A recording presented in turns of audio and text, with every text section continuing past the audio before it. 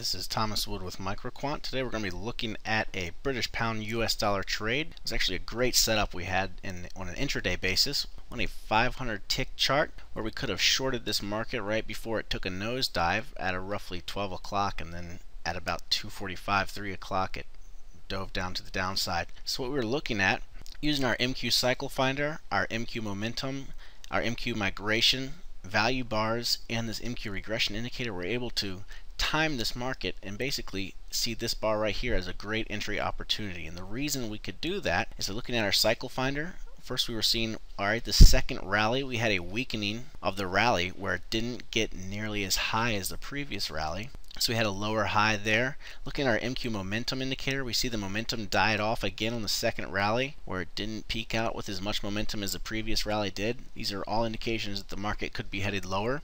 And then looking at our MQ migration index, we can see we were essentially flatlined without having much to the upside. Even though it was rallying to the upside, the migration index was not climbing as much as we would have wanted to see if we wanted it to go long. So this was another indication that it was losing strength to the upside and that it could be getting ready to take to pull back down and take a nosedive.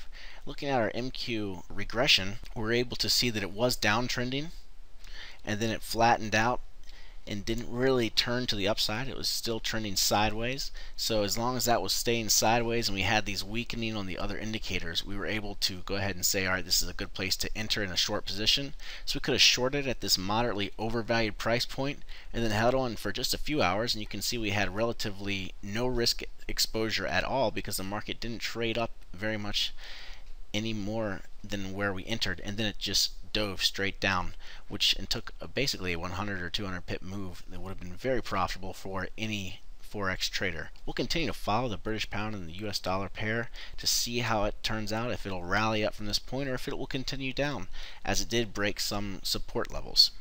Until next time, happy trading.